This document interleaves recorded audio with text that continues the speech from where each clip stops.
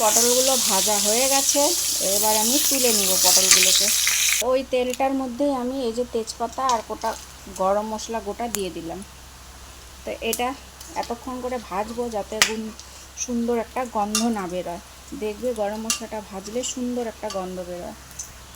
তো আমার মশলাটা ভাজা হয়ে গেছে, এবার গোলানো মশলাটা দিয়ে দিলাম, সাথে 2-4টা কিশমিশও দিয়েছি। তো এবার আমি পটলগুলোকে দিয়ে দিলাম। পটলগুলোকে দিয়ে ভালো করে নেড়ে চেড়ে নেব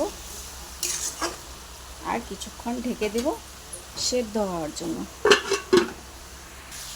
তো একদম লো ফ্লেমে ওই কাজু বাটাটা দিয়ে দিলাম যাতে নিচে পোড়া না লাগে। তো এবার আস্তে আস্তে এটা হবে।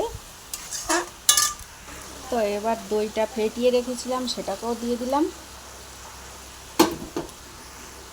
এটা কমপ্লিট। এটার মধ্যে একটু হালকা গরম মশলার গুঁড়ো দিয়ে দিলাম আর ঘি দিয়ে দিলাম, সামান্য একটু ঘি, বেশি না, দিয়ে দিলাম। এবার আমি নামিয়ে নেব। তো আমার দই পটল কমপ্লিট। ভালো লাগলে আমার পাশে থাকবে, নেক্সটে আবার দেখা হবে। সবাই ভালো থাকবে, টাটা।